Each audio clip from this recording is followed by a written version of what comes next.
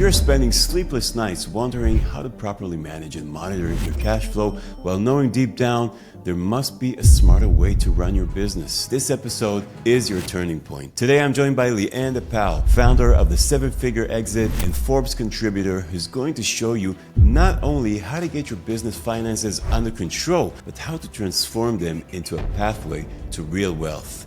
She'll share a proven framework that starts with mastering the basics of financial management and lead you all the way to building lasting wealth outside your business. This conversation will give you the complete roadmap from basic financial management to true financial freedom. As always, I'll be implementing what I've learned in this conversation in my own businesses and share the results in a future video. I hope you enjoy this conversation and find real value in it like I found for myself. And if you do, I'd love for you to subscribe and join our community of seasoned entrepreneurs on this journey to success. Now, let's dive into today's episode of The Tipping Point of Success. Leanne, how are you? I am very well. It's such an honor to be here. It's such an honor to have you, and thank you so much for doing this. I really, really appreciate it. All right, so my first question to you is, what's the key to handle business finances successfully?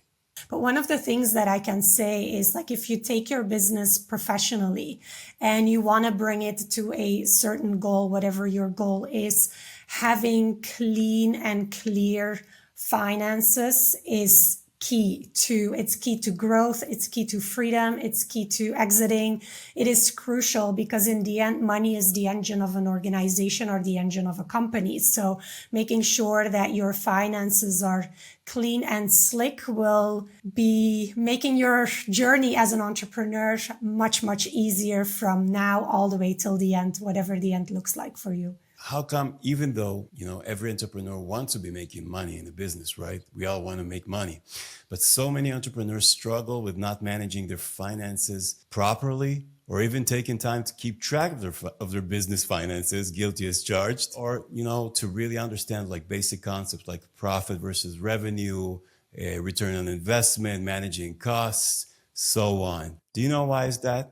I think because all the entrepreneurs that I know are not accountants. Being an entrepreneur is a very special breed. In general, these are people who see opportunities. They want to grab opportunities.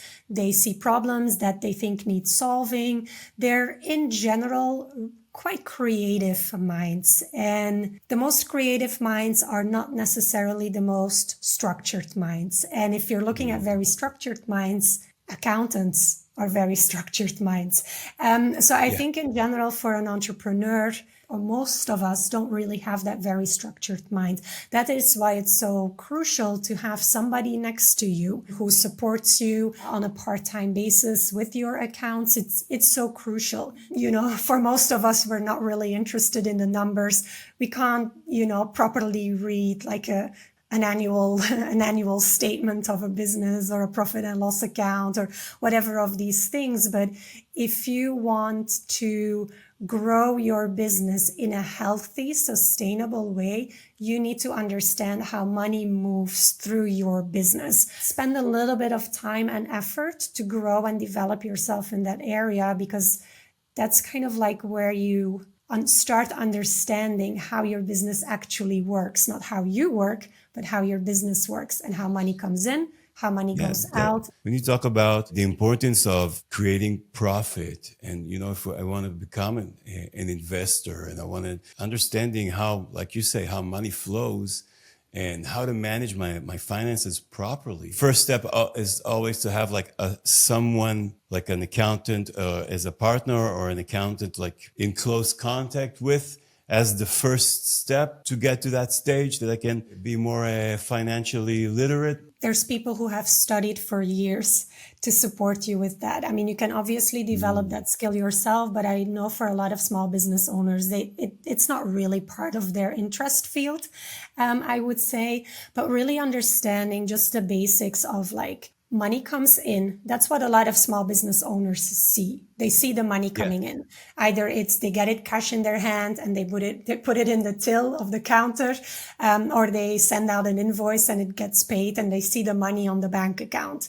Like we get a concept of that, but revenue obviously is not profit because you're also spending money as a small business owner. So just really understanding like how revenue is being built, the expenses that you make, and at the end, the profit that you have. Profit is the engine of the business, not revenue. You could making a lot of revenue, but no profit whatsoever, and basically work hard towards getting poorer and in towards bankruptcy. So really understanding like money comes in, then I pay a bunch of things, and then profit comes out at the end. Hopefully. I really love this book. I've mentioned it in my blog post that you've liked as well, and I think how we kind of like met each other. But Mike Michalowicz wrote Profit First. And if you've never heard of this book as a small business owner, I would really recommend reading it, because that clearly gives you insights as a small business owner that profit is the engine to your business. And how do you make it? It's very, very practical, because profit is everything. Profit will be that little pile of money that is left at the end that you can invest in your business to grow it further. You could hire the next key person that you need in your business. You can move to a bigger property with more space that you might need to hold stock. Profit is the thing that will get you to the next level. And it's also the thing that you can take out of your business personally and reinvest into other investments as well. Of course, we will talk about the framework step by step. I've already made the questions for that. But you gave an example how to mismanage things, or how not to look at things. Like money comes in, you think that's what you're making, but that's the revenue, and you get the invoice, the cash. How does it look when you do manage? I tell you how I managed my finances for years before I actually implemented the Profit First principle. And I was already making a lot of money at the time.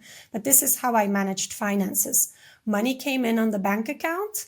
And when I had to make an expense or an investment, I would look at the bank account, see if the money was there, and then make the decision. And how does it look like now?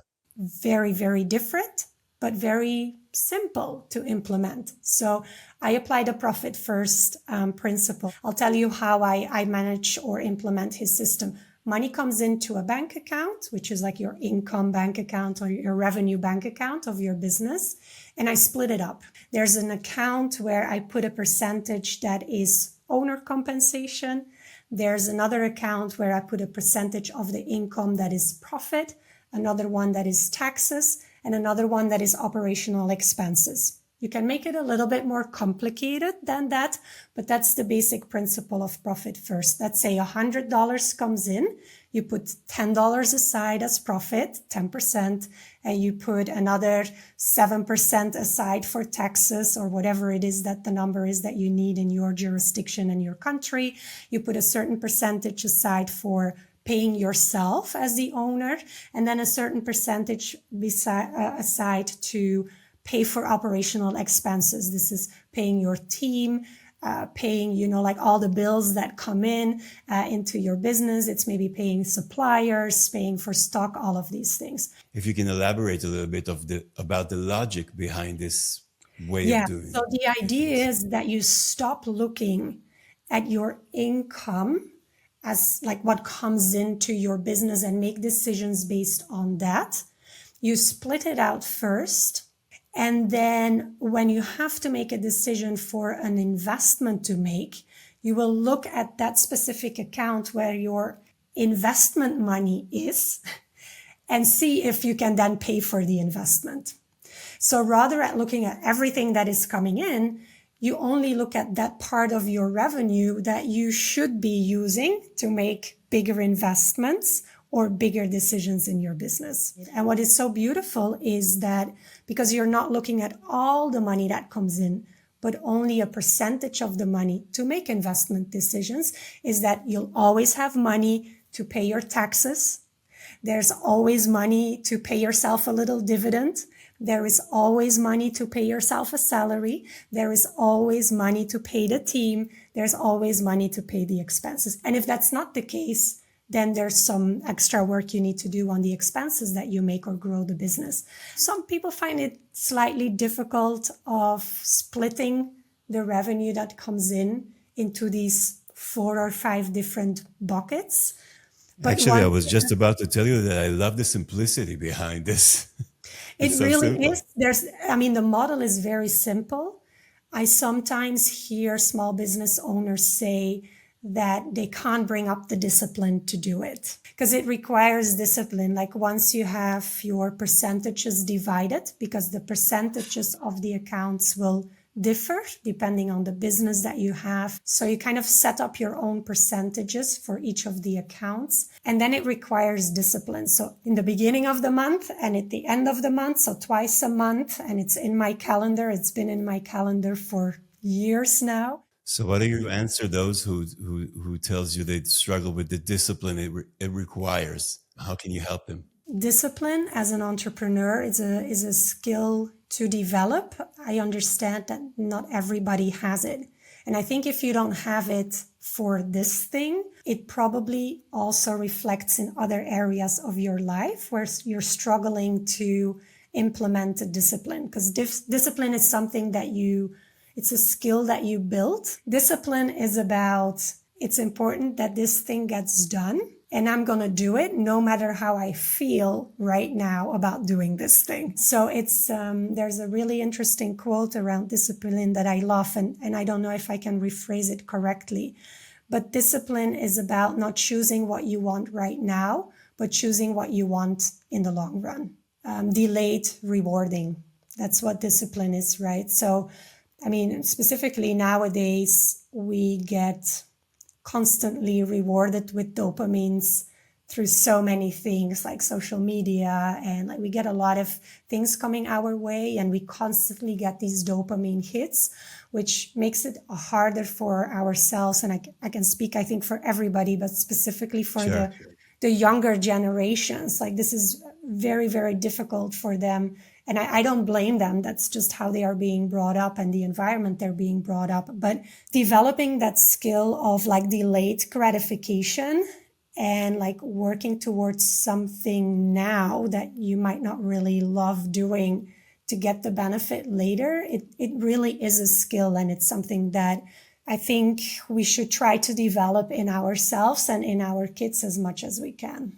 So would you say that this system of working with my finances, dividing to different buckets like that, is also the way to keep track of my finances in my business? Because it's also another struggle that I hear so many people and so many business owners talking about, is keeping track of keeping track of the business finances. So would you say that is how to do it, or is there more steps to do to monitor and gain control over the business finances? Yeah, definitely. There's more to it than that. I think the profit first principle, at least for me, I think it helps you to make the right kind of decisions when it comes to investing more or spending money, or, like making a call to hire somebody new, or, like invest in maybe a new software that you want to use for your business. I think the profit first principle really helps you with that. And it helps you to put profit first. That's where the whole principle comes from. It's like you pay the profit first, you put it in the profit bank account, you don't touch it. So the business makes profit no matter what. So I think there is that part.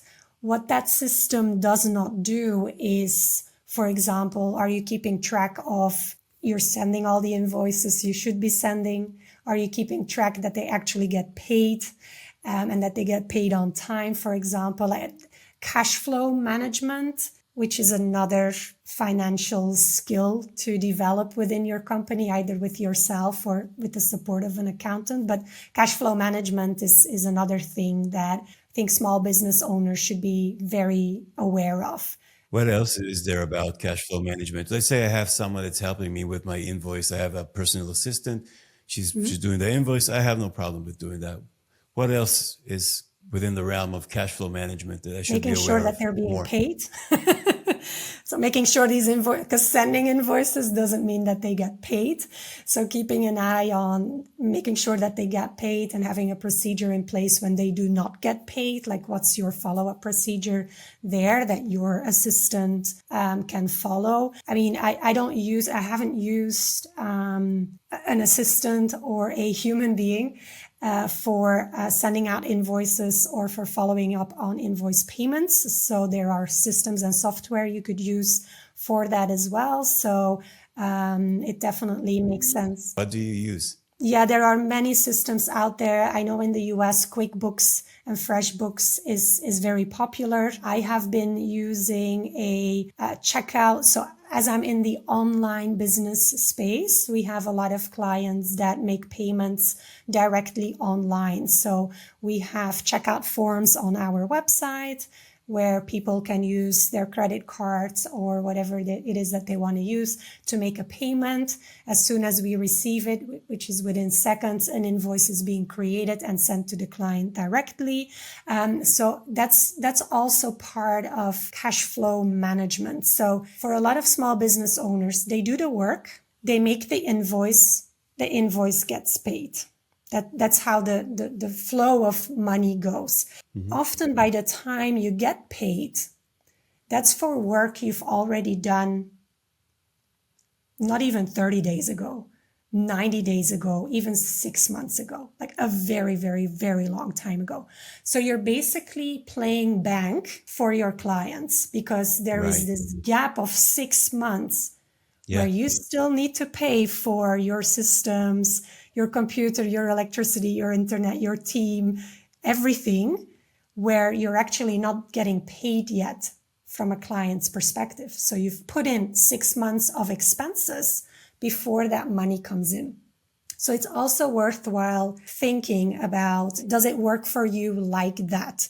Could you invoice quicker? Like make the invoice quicker? Could you shorten the terms of payment for some companies, they have 60 or 90 days. Could you reduce it to 30 or like 15? Or could you even get paid upfront before delivering the service? There's a lot of ways how you can manage cash flow. As far as I know, most small business owners don't think about these things, and they should. Because there's a lot of cash out there in the world that has your name on it because you've done the work, but it's not on your bank account yet. And if you can shorten that period from 6 months to 3 months, or from 3 months to 1 month, or literally to a second, like it is for our business, it changes everything in your business. Because all of a sudden you have the cash now when you've done the work, or even before you have done the work. And that cash can be used for other things. You can make investments. You can pay your suppliers earlier and make them more happy and give you discounts with the next negotiation that you have with them. There's so much power in having cash on the bank account. That's amazing. Be sure to give us more tips and tools like you just gave with paying the suppliers quickly to have discounts. I want more of that, where that came from, please. Let's move to talk about the 7 lessons that got you from entrepreneur to investors. And we're going to concentrate the 5 secrets to reaching the tipping point of business success. And we'll break them one by one. And the first one is focus on profit, not just revenue. I mean, I'm assuming we're all business owners. We have a business. We're not trading time for money. But having a business and not trading time for money doesn't necessarily mean that you make a profit. Right? We already talked about revenue and profit, but profit is the thing that you need to make investments. But it all starts with making a profit in your business, and applying that profit first method is a great way to do that because it forces you to put profit first in your business, even if it's just 5% or 10%. But putting that profit aside is step number 1. And with aside, I mean literally on another separate bank account that you don't touch to pay any of the invoices or to pay yourself a salary. It's your profit account where profit gets stored and where at some point in time you'll make a decision what you're going to do with that money and how are you going to invest that money. I want to take it a step back and ask you, why should I transform or evolve from an entrepreneur to an investor? I love this question because it took me a very long time to figure this out for myself. And I do believe there's not enough conversation around it because we are currently in an era, at least a decade, where entrepreneurship is being glorified as the end to all means. Everybody wants to become an entrepreneur and a 7-figure or 8-figure entrepreneur. There's a lot about, like making money and things like that. Now, I've been an entrepreneur for 15 years, and it was only a couple of years ago that I came to realize that my business is an asset where I'm investing stuff in. I'm investing my time, my passion, my energy, my money, the money of the business I'm reinvesting. I'm putting almost everything into this investment. And I think a lot of small business owners, they look at their business and they see it as their baby. They even call it their baby. A lot of them say, this is my baby. It's a thing where you put resources in and ideally more resources come out. So you put energy in, you put money in, you put time in, you put skills in, you put vision in, you put a lot of things in there, probably even blood, sweat, and tears as well. And ideally, more comes back to you. And more could be more money, it could be more time, it could be more flexibility. For most entrepreneurs, it's more money, right? More than you have in a job, 9 to 5, for example. And what I came to realize a couple of years ago was I was in business for 10 years, I think, at the time. And I was like, besides my own home, I have not invested in anything else. Literally, almost all of my net worth is put into this business. And if you read a little bit of books about investing, every successful investor will tell you that you need to diversify to reduce risk. And I was like, oh, I have not diversified because everything is in my business. A little bit in a house as well, but almost everything is in my business. If this doesn't work, I have nothing else. I have to start all over again. There is nothing else that is going to bring me an income. There is nothing else that is going to bring me some form of passive income or revenue or anything like that. I have just been investing in this one asset, and it is risky. And I think a lot of business owners don't fully understand deep down inside the consequences of that. So they have been in business for 30 years, 40 years. Everything is in that business. And the only thing that they hope for is that they can sell it and that it is going to fund their retirement because they don't have any other assets to pay for retirement. And that's risky. I wouldn't advise no one to do that. So every entrepreneur should realize that their business, although it's their baby, it's also an asset that needs to bring money to the table. And it should not be your only asset that you have as an investor. I think that a lot of what drives that narrative is the need or the talk about being focused. I want to grow the business. I really need to be focused on doing that one thing. There's a lot of talk about the one thing, and I should really be concentrating on that and think about the business all the time. And when I think about diversifying, the first thing that comes to my mind is, but then I'll disperse my energy into different directions. I won't be focused on my business, and it won't grow as much, or it won't go fast enough. I have to be really concentrated on that. So what's your response to that? Yeah, it's a valid concern. And I think it's good to have that concern. Is it right? Not from my experience. Now, there are all kinds of investments you can make. Investing in your own business is the most intense one. It requires time, energy, blood, sweat, and tears, and all of these things, and a lot of money often as well. But there are a whole bunch of investments out there that literally don't require anything of your time. You basically put your money there, you leave it, and more money comes out, right? So there's hundreds of investments that you could be making. But if you are an entrepreneur and you're in like building, growing, scaling mode, your business requires 95% of your attention.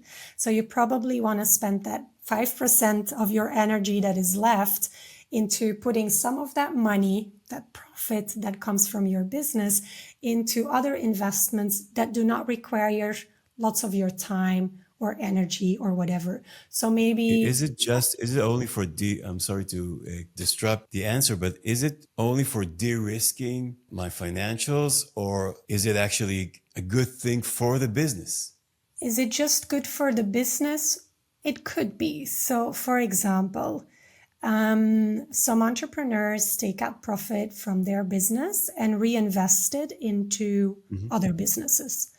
They're like angel investing or, like doing something like that. And if you do that in businesses that teach you certain things about business, about your market, about evolutions in your market, about other things that are relevant, then that's going to be great for your business too, because you will become a better entrepreneur because of that. Other investments that you make, they don't make you a better entrepreneur necessarily. Maybe you're just buying some stocks here and there, or you're investing in art. Does that make you a better entrepreneur? Probably makes you a more well-rounded human being.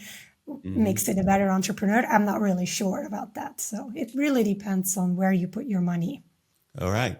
So we talked about a profit first. That's the first step of transforming from entrepreneur to investor.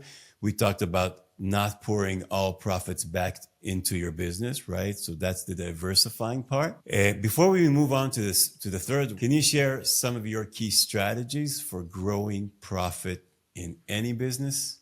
I can share what I do with my own business and what we advise clients to do, because when you're a small business and you eventually want to sell it, and when I mention small businesses, I mean like less than 2 million in annual revenue, basically. But if you ever think about selling that business, which small business owners are at that level, you have to put profit first. Like that's clear, because profit is going to be the thing that the price is going to depend upon, or the value of your business is going to depend upon. Sustainable profit. Sustainable profit, ideally even slightly growing profit. It doesn't need to jump with like 10% a year, but even if it's just a 1% or a 2% profit growth is definitely a good signal for a buyer, 100%. And you can leverage that growth or that future growth in your pricing negotiations. But in terms of growing profit as a business, I think first of all, you need to put profit first in your mind, right? That's number one. You need to be able to have profit. Secondly, it's really good to know what profit looks like for your competitors or other people in your industry. So people often ask me, like, I make like 11% profit. Is that good or is that bad? Well, it really depends on your business model and the industry that you're in. But if you can find that out, and you can, because there's reports out there that can tell you that kind of information, you can see if there's a couple of things you might have to do in terms of the expenses that you are making, where potentially you are making expenses that you don't have to make, that don't contribute to your business that much, or that you could reduce if you renegotiate a contract, for example. And those are the things that you can immediately do that will increase the profitability of your business. You won't have bigger revenue, that will stay the same. You'd still be making, say, 500,000 a year, but instead of making 50,000 in profit, you're making 75 or 80,000 in profit. And that's like, you can do that pretty quickly. If you're at the end of the year and you're going through your accounts, have a look to see what you're spending your money on. There's a lot of, you will be surprised, but you'll have a lot of recurring subscriptions running in your business that you're actually not even using, for software that you have or other kinds of things that you don't maybe even not know that you're actually paying for it. So doing a little audit every couple of months, or at least once a year, in the expenses that you make and cutting out the ones that you don't really need to run your business, that's a great second step that you can take in increasing profitability. And I think then the third step is understanding in which services you make the most money. So this is more like a profit and loss understanding. But like most companies, most businesses, they sell a couple of things or multiple things or a whole lot of things if they're selling products, for example, is really understanding which ones of your products or clients, if you're in a service-based business, which ones of your clients or your products are bringing in not only the most revenue, but also the most profit. You can do like a little Pareto analysis, and what you will probably see is that 20% of your clients bring in 80% of your revenue or 80% of your profit, or like 20% of your products will bring in 80% of your profit. So understanding that, and then maybe saying, you know what, we're not going to offer this thing anymore because we're not making any money on it, that will increase profitability straight away. It won't increase revenue, but it will increase profitability. On the previous point, when you talked about reducing costs, so the thing that run through my head is that we're always in this race to grow, do things to grow all the time, so grow oriented that we sometimes forget the importance of profit, and we're afraid that if we're going to cut costs, then it's going to stop the growth of the business. Hey, I don't want to touch that because it's bringing revenue. So my first question is like, how do you really identify the costs that are not bringing you the profits or not growing your business? It's not as simple. I mean, it's easy to say for me as like an outsider, like, hey, you should like cut on these expenses and that's it. It's a very easy advice to give, but I also If you do can talk about understand. your process, and we'll learn from Yeah, that. exactly. So I run this process every couple of months. So basically, every quarter, I have a look at the expenses that we make within the company. And I mean, this is linked to the business model that I have. So I understand for other entrepreneurs, it will look differently depending on the business model. But one of the things that I'll do, I'll go to all of the expenses and I look at mainly subscriptions. That's my first thing that I would be looking at, everything that comes in every single month. And I honestly and truly ask myself, like, does this really help the business grow? And do I need to have access to it all the time? Which is also Mm, very crucial, I think, asking mm, yourself that question, like not every piece of software you need it all the time in order for you to grow your business. Maybe you only need it once a month to do the thing you have to do, but then further you don't really need it. So I think right. that's one of the things that helps me in making that decision.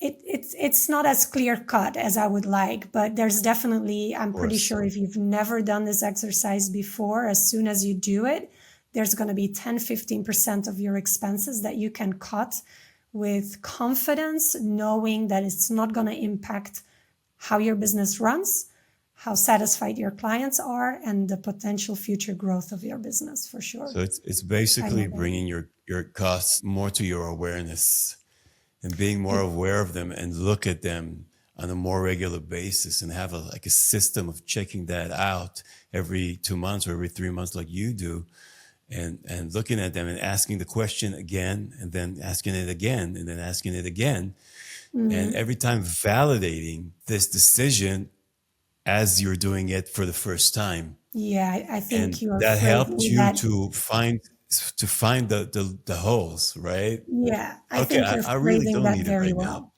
Yeah, you're phrasing that very well. And if you're not sure about cutting the cost because you don't really see the impact of it yet, potentially negatively, don't do it.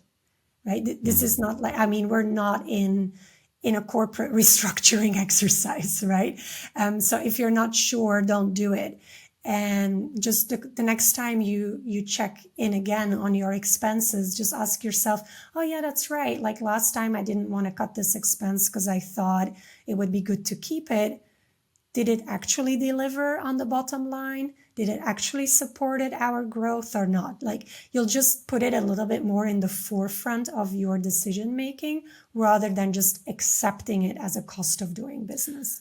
what about putting that also in the frame of 20, 80, 20? Is that cost part of the contributing to the 80% of my revenue or to the 20%?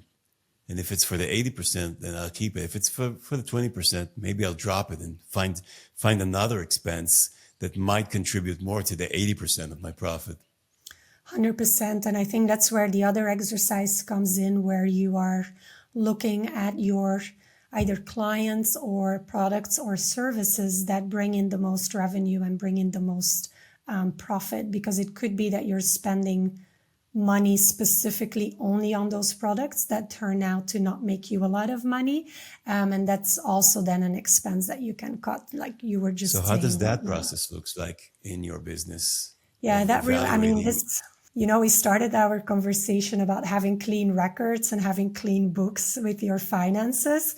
Well, Yeah. one of the benefits or another benefit of having that is to be able to make these kinds of analysis on the expenses that you make, right? If you've got everything tracked in your systems, it shouldn't be too much work to retract a little CSV file or an Excel file and basically run the numbers relatively easy and relatively quickly. I mean, profitability is harder to track than revenue is, right? In general, your business will know which service or product brings in which revenue, and it doesn't necessarily know the profitability of each product or each service, but it does do that mainly possibly for your clients as well. So it really depends on the cleanliness, yeah, Yeah, cleanliness. cleanliness of your books and how much data that you have available. So if you don't have that information available, it's probably not worth the effort trying to start gathering it. But if you do have it in your systems, or you're supported by an accountant who can help you get these numbers out of your systems, it's worthwhile doing that exercise. Also, I think getting help like of a business coach or someone who can help you take an objective look at the business and say, hey, I know you started a business because you wanted to provide this service or that product, but actually you're working very hard delivering this product to mass audience, but you're not left with a lot at the end of the day. But this product here, you're making a lot bigger percentage of profit on this one. And with a lot less effort, you should do that more. You should take the resources from the other product, put them in this product, right? So 100%. have someone from the outside take a look at your business and at your profitability across your products and services and help you determine which ones you need to continue working on and maybe transferring resources to, and which ones you should like leave behind, even though, sometimes it's a very painful decision to make, which I had to make a lot of times and always like, did I do the right thing? I'm not sure. You're touching on something important as well, because I mean, we've been talking a lot about, like numbers and money and expenses and Yeah. revenue and profit and all of these things. But we're also into business as freedompreneurs, which Yeah. basically means we want to make sure that what we do, we love what we do. And then that might also mean that we choose to do certain things in our business that might not be as profitable, but we absolutely love doing them. And that is also okay, right? I just want to stretch that, like, just know that, profit's important. You should have it. It's your engine for growth. It's how your business gets valued and how you can sell it for a life-changing amount of money. It's really crucial. And make sure you're also enjoying the journey as an entrepreneur and as a freedompreneur, and make sure that you're doing the things Very that important. gives you, right? It gives you fulfillment. It gives you joy. It gives you the idea that you're making an impact. You're positively influencing people's lives. I mean, I would say also important. It's probably the most important part. Being in business is a marathon, right? It's not a sprint. So the most business owners that we work with, they've been in business for decades, if not multiple decades. Wow. And if you want to be able to keep on doing what you're doing and going through the ups and the downs that entrepreneurship brings and all of these things, you have to make sure you're enjoying yourself. That's not only about making money and making a profit. There's more that Let's goes talk into about that. enjoyment. Let's talk about the Exactly. third pillar, which is avoiding an expensive lifestyle when profit grows. There's so much. I could talk about this topic specifically. But in general, what I see is for most small business owners, and I'm guilty as charged, right? So this is not me lecturing anybody here because I've gone through this process myself and I'll probably go through it in the future as well. But for most small business owners, when we start making more and more money in our business and personally, ideally as well, is we increase our expenditure in our lifestyle. We buy the bigger house. We buy the bigger car. We go on more expensive holidays. We go on do more exclusive things. We go and dine in Michelin star restaurants rather than the burger joints around the corner. Like we tend to change our expenditure in the same amount as we grow our wealth or our richness. Why is that? I'm not an expert on money mindset, but I've done a lot of money mindset work for myself. And it really depends on why there is a desire inside of you to spend a bigger lifestyle than the one that you had before. So some of the people that I know, they make more and more money, but they're not really interested in showing off that they make more money, enjoying that they make more money. They're not really interested in that. And for others, money is a validation. It's recognition. It's I am worthy, I can do this. And then hence, when you get your hands on more money, you will enjoy all the pleasures and fulfillment that it gives you because you never had that before in your life. So it really depends where you are coming from. But for a lot of people, most of us try to keep, how do you say that? Keep up with the Jonases. The neighbors have a bigger car, so we buy a bigger car. Yeah, exactly. So this is what a lot of people do, not only business owners, people who have a 9-to-5 job do that as well. With every promotion, there's a bigger car, and with every promotion, there's an extension to the house, So that is human behavior. And it's one of these things that as an entrepreneur specifically, because your income is extremely scalable, if you build a freedom business, like you could start making hundreds of thousands of euros in a day if you do it well, is like with the scalability of that income, how aware are you of your money mindset and what are you going to do with all this income? There's a lot of awareness that needs to happen there. And I think for a lot of business owners who have businesses that really take off, very scalable businesses where they go from nothing to a couple of million in a year, which is exponential for a lot of small business owners, is doing that money mindset work that they need to do to not end up with nothing at the end of the day.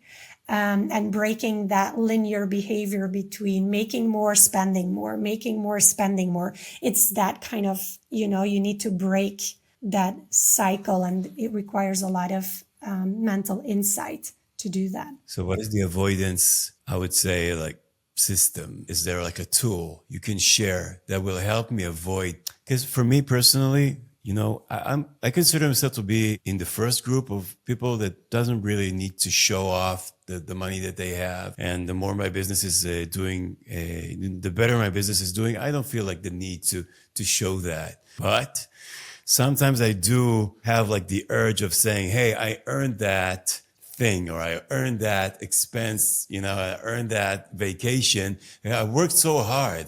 Let's just, I got a new client. He's bringing so much money. Let's just go on a vacation. How is this hurting me? And what's the mechanism to avoid that? What should I immediately tell myself when I feel that urge to just go and spend or indulge myself in when I see the growth? Yeah, I've worked with a couple of money mindset coaches on this as well, because I recognize that behavior. It's a very classical behavior. It's like, I have earned this. I have worked so much. I have earned this. That might be true. It might not be true. It doesn't really matter. But it's having that awareness of like, what makes you say that you feel like you've earned it. what's been so hard on this journey that you feel like you've earned it. So there's this level of awareness to be creating around yourself. And I think awareness creates change. Awareness is like, I make a conscious decision about this rather than an unconscious decision. The unconscious decision is, I've got this new client. He's bringing in so much money. Let's celebrate and go to this restaurant, take this holiday, buy this car, Yeah, whatever the celebration is. And it's exactly. often happening unconsciously. It's like boom, boom. If you, and this is with anything that is related to mindset, if you can make a gap between the impulse and you making a decision on the impulse, if you can make that gap a little bit bigger, and in that little bigger gap of maybe a few seconds, there is consciousness around this thing happened, this is my reaction to it, and I could make a more deliberate reaction to it rather than just an intuitive reaction. That's where the power lies with anything that is What will related to happen? it. What is expected to happen in this gap? What will I say myself that is different? You will ask yourself the question, why? Why do I have this need to do this thing? This happens. I feel the need to do this thing. My intuitive reaction is this thing. Why? Why? Why? And you And learn about yourself. after I have the answer, I will tell myself, so I don't really need it, right? It could be. And it could also be that you're like, you know what? We're going to go for this splurge. This is great. Let's just enjoy this thing. That is also cool. But the decision is deliberate and more conscious than it is subconscious. Okay, so we talked about diversifying your income and the importance, but do you want to bring that more into the becoming an investor narrative? When I came to realize that, you make a profit, do you reinvest it in your company? Do you spend it on splurges? Do you invest it, right? Like that's like the decision-making process that you're going through. I mean, the reason why I started investing was kind of diversifying the risk a little bit more. And maybe that comes with getting a little bit older and not being, like a 20-year-old enthusiastic person that believes that, like you're never going to die, basically. But yeah, just moving into diversifying the investments that I had, and also understanding that money can make more money without you having to touch it as well. I think that comes with that too, but maybe that was not the question or the answer that you were looking for. So What I was looking for is just understanding the need to diversify my income in my business and to direct it to investments. If that is the sixth of the seventh point. I'll give my freedompreneur take on it. Sure. I mean, there's money coming towards you from all kinds of places, right? And your business is one of these places. In general, your own business will require time, attention, energy, money. It requires a whole bunch of things. It probably consumes 90% of your waking hours, basically. Now, that business can do well and not so well, depending on market circumstances, but it can also do well or not so well, depending on your energy that you put into this business as well. And I have come multiple times in my life. It has happened to me where I could not fully give the energy to this business that was required for it to grow or even maintain or sustain itself. You can get sick, you can get a burnout. There's so many small business owners going through burnout, for example. There could be issues in the family. There could be other things that are happening in your life. I mean, you're not just an entrepreneur, right? You have a lot of things happening in your life, and they can have an impact on the results of your business, specifically if it depends on your energy a lot. And that's risky too. If you're really looking for freedom in your life, you want to kind of make sure that your income doesn't really depend on your energy, not just on your hours, but also on your energy that you're spending in this business. And you know Wow. what happens to your financial situation as a business owner if you can't work as dedicated in this business due to all kinds of circumstances? Are you still going to be okay? And that's another good reason, I think, for like diversifying your investments that you have. If you put all these, like all your eggs into this little basket and that doesn't work anymore because you can't give it the attention, or because of market circumstances and things like that, then where is it going to come from? The money that you need for living and supporting your family and doing all the things that you like doing. I have to tell you that this is getting me very emotional, Leanne, actually, because, I come from a country that is now at war. I mean, I live in Portugal, but so many of the people that are living right now in Israel feel that right now, that they just don't have the energy for their business. I mean, business what? It's war, Yeah. And that's and fully understandable. And this is totally but in this outside situation, of to your have that hands. backbone of my investments, Yeah. like you're saying, like you're suggesting, that's so smart, and that's part of the strength and the way to get through these periods, right? 100%. Absolutely. I mean, and these things happen. I mean, they're out of our control, but they have massive influence on our lives, on the day to day. So if you then have other, assets that are bringing you money or cash to do the things that you still want to do, whether that's a little house that you're renting out, or it's like some stocks that are paying you dividends, or it's an old timer car that you bought and it appreciated in value, whatever it is that you're deciding to make your investments in. If you have those in the back, then you're going to be supported through these really tough times where basically you can't change anything about them. So 100%.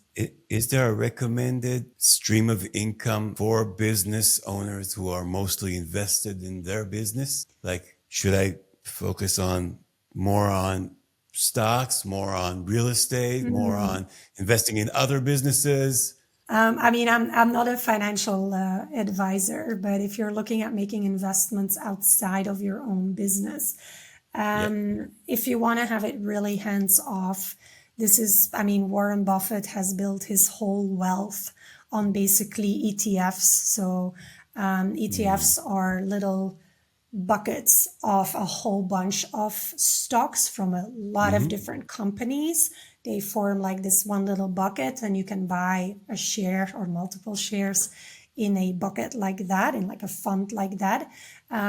Just having, like a little bit of your money into a couple of these ETFs.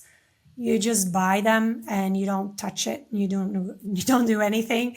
That's very hands off. And I mean, markets, in terms of stock markets, they go up and down, as we all know. Yet ETFs are pretty stable in the long run. I'm Amazing. not a financial advisor, but it's one of the things that Sure. I have in my portfolio, and But of it's course. easy to do. So Right. So, but the idea, if I understand correctly, is understand that you're a human. There's business cycles and there are energy cycles. And you might be going through both at the same time, or you might be going through them in different times. But because there are cycles and you have to be aware of that, then it's very important to diversify your income and create another source of income, which could be investing in ETFs and another passive income. So when a low energy period comes, or when a low business period comes, you have financial endurance because you have another source of income. Am I right? exactly. Exactly. And to quote, I mean, I'm not paraphrasing it correctly, but Warren Buffett is very clear on this. Is like, don't make sure your income depends on one source. Don't make your money come from just one single source. And for a lot of small business owners, it comes from their business. That's where their money Yeah. comes from, and from nothing Yeah. else. They don't have any other asset that is bringing them money or that is appreciating over time. And I think that is probably even the most crucial wrap up for this podcast, like Yeah. don't rely on one source of income. It's just too Yeah, it's tricky. just too big of a risk. And that brings us to the final lesson, which is leveraging existing assets. This happened to me multiple times in my entrepreneurial journey, and maybe some of your audience will recognize this. When you are an entrepreneur and you're a creative soul, like you see opportunities in the world, you see things where you're like, this could be done better, or you're frustrated about something. I'm a serial entrepreneur, so it basically means that I see opportunities, I see challenges, and I think I can fix them or address them. Like that's where my business ideas most often come from. The thing is with opportunities, and I think it's Richard Branson who mentioned this. He's like, opportunities are like buses. There's another one every 5 minutes. So you really need to, it's Bosses great. in gaming, right? It's really great, but you don't need to jump on every single bus that is passing by. But the thing is, when you are a creative entrepreneur, what you will do is you will create a lot of assets over time, whether that's products you have been creating, whether that's intellectual property you have been creating, whether that's a real estate thing that you have been creating. There could be so many things that you have been creating over the years. And one of the mistakes that I made in the past was I got a little bit bored with some of these assets. So I kind of stuffed them somewhere and not do much with them. And that's a waste. Not always. Some assets, they have their little lifetime and then that's over and you can't do much with them. But it was one of the things that I learned when I wrote my book. So I wrote a book in 2017. It's a long time ago. Sometimes it feels like yesterday, but it's a long time ago. And I'm still so surprised that this has been an asset that has been bringing me money in every single month for so many years. And a couple of years ago, I was like, hold on, I've created this asset. I'm not really doing anything with it anymore. I'm just going to make sure that the right kind of people still find this book and actually read it. So I cleaned up a little bit, like on the Amazon page where we sell the book. And I did a little bit of cleanup on the website as well, where we're selling the book in Dutch specifically. And I was like, this is just a way to leverage this asset that I already have. And we started making more money with it again. So you probably have assets that you have been building for years, many years ago, that you kind of, they have a little bit of dust on them because you haven't touched them in a while, but you have put a lot of your creative energy into them. So leveraging them, seeing if you can bring them back to life and start making money with them again is absolutely a good strategy to do. You don't have to think about this every month, but like every year it's worthwhile to just think like, hey, what have I been creating that I have not been doing much with? There's a lot of people that I know that they have properties, they have been investing in real estate, for example, and they're just empty. These houses are empty. It's fine. You can leave them empty. I'm not saying that you shouldn't leave them empty, but you could see them as an asset rather than a liability and make money with them by renting them out, for example.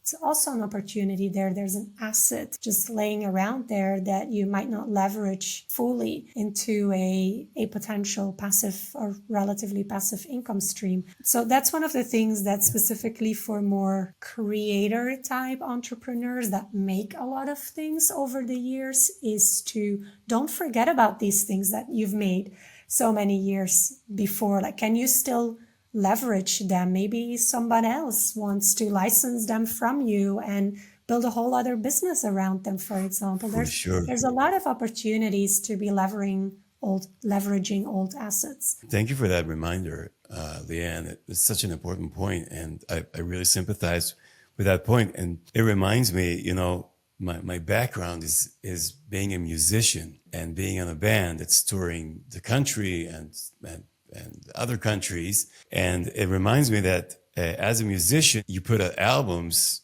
and you always think about the next album and the next album, and you're focused on that. But when you go to the show, you play the best songs of the first one, the second one, the third one, the fourth one. So you're always like taking those past assets and giving them new life, in the moment.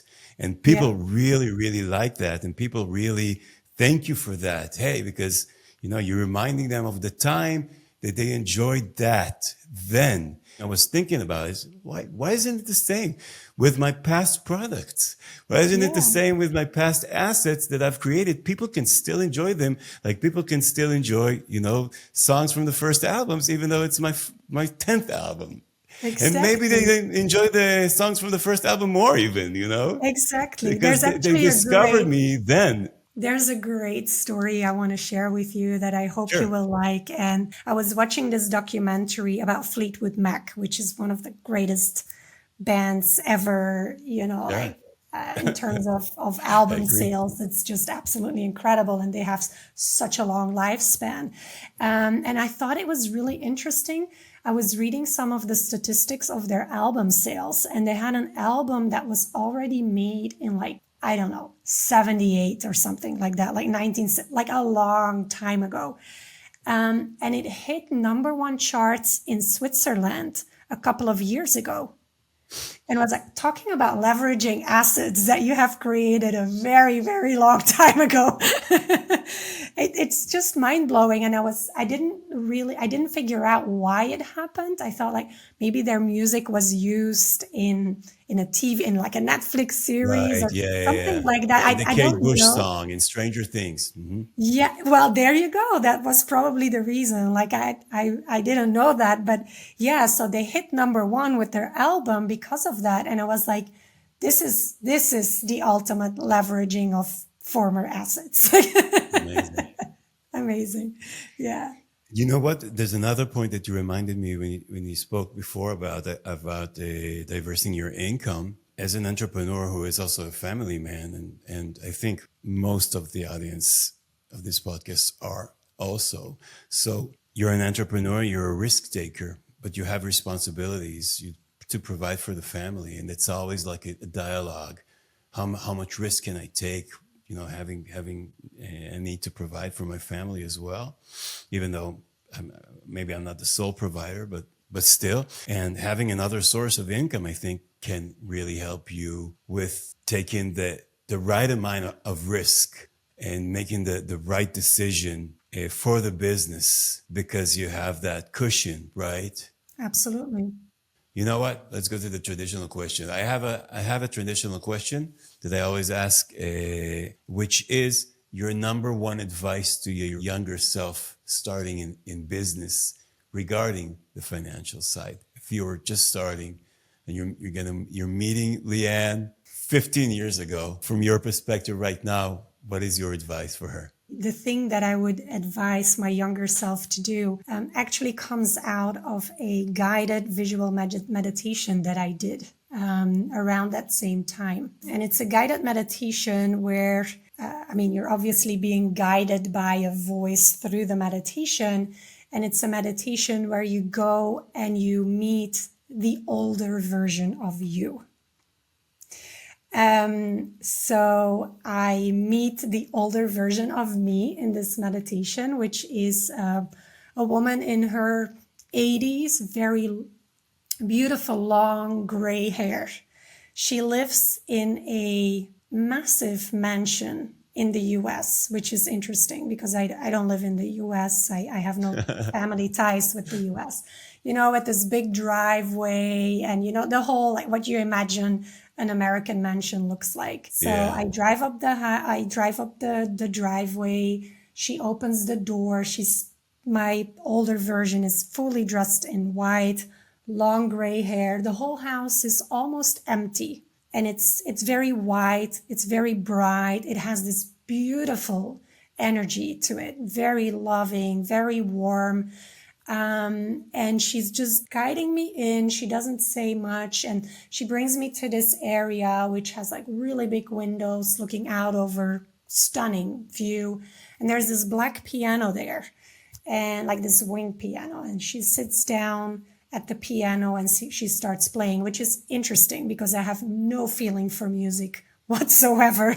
I can't play any instrument whatsoever, but apparently my future me plays piano beautifully. So she starts playing. I really enjoy, my younger self is really enjoying it. And then she wraps up her song that she's playing. I don't remember what it is. And she looks at me and then she gives this advice to my younger self, which is the only words that are getting spoken in this whole guided meditation. And she looks at me in the eye and she's like, everything will always be okay. That was her advice. And it was so beautiful for me to hear those words. I was like, because I was a chronic worrier at the time. I was always worrying about things. I was always, like lying in bed awake, worrying about this and that. And like, I was also still a perfectionist and a control freak and like things like that. I had all these things going on inside of me. And that was just such a relief hearing that would be what I would recommend to my younger self is like, everything will work out. It's going to be fine. Don't worry. If she knows that, how is this going to help her in the future? I stopped worrying since that, basically. I mean, like, it's not like I never worry ever again. Like it didn't happen like that, but it was such a, really an understanding of worrying doesn't change anything. It only kills you faster, but it doesn't change anything about the situation. It's not like, oh, I worry more, hence the outcome is going to be better. That's just not true. Like the worrying doesn't solve anything. And I know there's lots of warriors out there that will disagree with me. And they're like, no, I'm anticipating. No, I'm a warrior and I totally agree with you. So it's not helping. No, it is rather it's very unhelpful. Right. Because you don't sleep well, you increase your stress levels, you make your life more miserable because of it. You make your life more miserable for the people around you. So it's not even not helpful. It's actually very unhelpful. So, yeah. It's an amazing piece of advice. And I should remember that always. Last question is, what does reaching the tipping point of success mean to you? That's the point where everything takes off. So what does it mean to you and how does it look like for you? It happened to me a couple of times in business. So I have been blessed with experiencing that. I've also been cursed with experiencing the other tipping point, but I've been blessed with experiencing that tipping point as well. And for me personally, I've always been a bit of a sucker for that tipping point. And I came to realize not so long ago that it takes a very long time to reach that tipping point. And I think that's one of the things that nowadays, with so much instant gratification, we forget that it takes a long time. And you think it will take a year and, like a certain amount of money, but it will probably take you 3 times more in terms of time and 5 times more in terms of money. But when it happens, it's a roller coaster. And that is also something that I think it's not necessarily a blessing when that happens. Like when a business really takes off very, very quickly, there's so much required of you. And it's like stepping into another version of you. Where, I mean, for the times where it happened to me, I don't think I was ready for that. And I made a whole bunch of mistakes. So I've been blessed with experiencing that a couple of times so I could be better at it when it happened. But everything changes. I mean, and more specifically, you need to change, because when all of a sudden the money goes times 100 and the team expands very quickly. I mean, you have to let go of so many levels of control that, I mean, that I find that to be the biggest challenge of an experience like that. And you have to try to keep up with it, which is a challenge in and of itself. So is it a good thing that it happens? I enjoy that it happened. It's a roller coaster, and I love a little roller coaster, and there's a lot of adrenaline and opportunity and all of these things that go with it. And simultaneously, it's also like, oh my God, like, how am I going to manage all of this, you know? So yeah, that's kind of like how I look at it. So it's like when you reach it, you don't take enough or a lot of time to really enjoy it or bask in reaching that moment. You're seeing the next one, the next step. Okay, now I'm I not have sure if this. it's about seeing it wasn't for me at least about seeing the next one. It was more like, I mean, you think when something takes off, I mean, everybody imagines that point where like things take No off, more and troubles. it's yeah, there's going to be no more troubles. It's going to be amazing. It's going to be all Right. of these things, but that's not what it is. It's like, oh my God. I Yeah. really appreciate that answer, and because when I decided to call this podcast "The Tipping Point of Success," I was thinking a lot about what you said. Like we all strive to get to getting there, but is that really like the end, or is it a good thing? Maybe it's a bad thing. But and I decided to keep the name because of that. Because it's like there's not a right answer. And I'm really happy that you gave another side to it. Also, Leanne, I want to thank you for this conversation. For me, I don't know, but for me, it turned out to be a really deep one.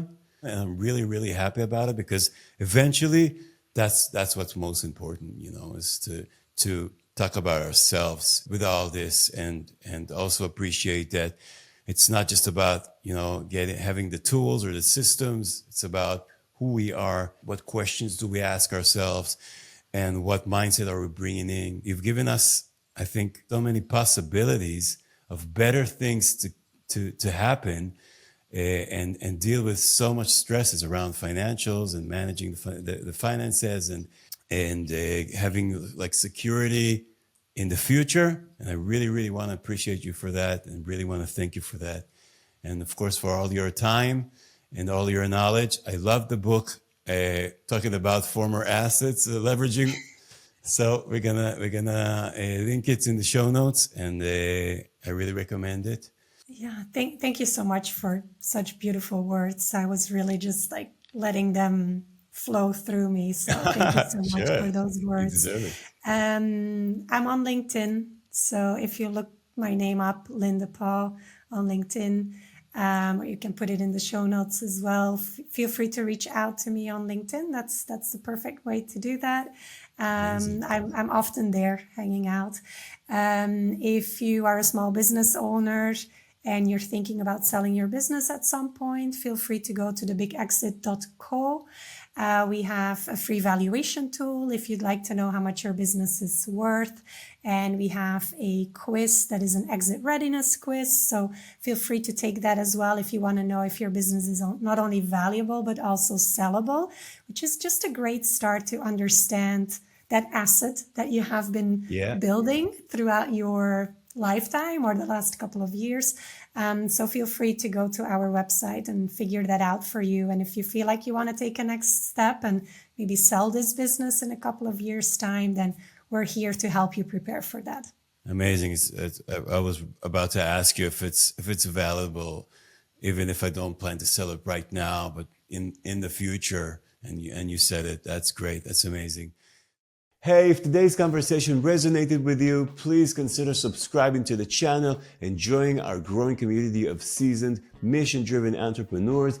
Here you'll find insights to help you break free from the endless grind, build sustainable momentum, and confidently break through your current ceiling. I also invite you to check out the next video or playlist to discover new strategies, get inspired, and find the guidance you need to reach your next business level without the burnout. Thank you for watching, and I can't wait to see you in the next episode.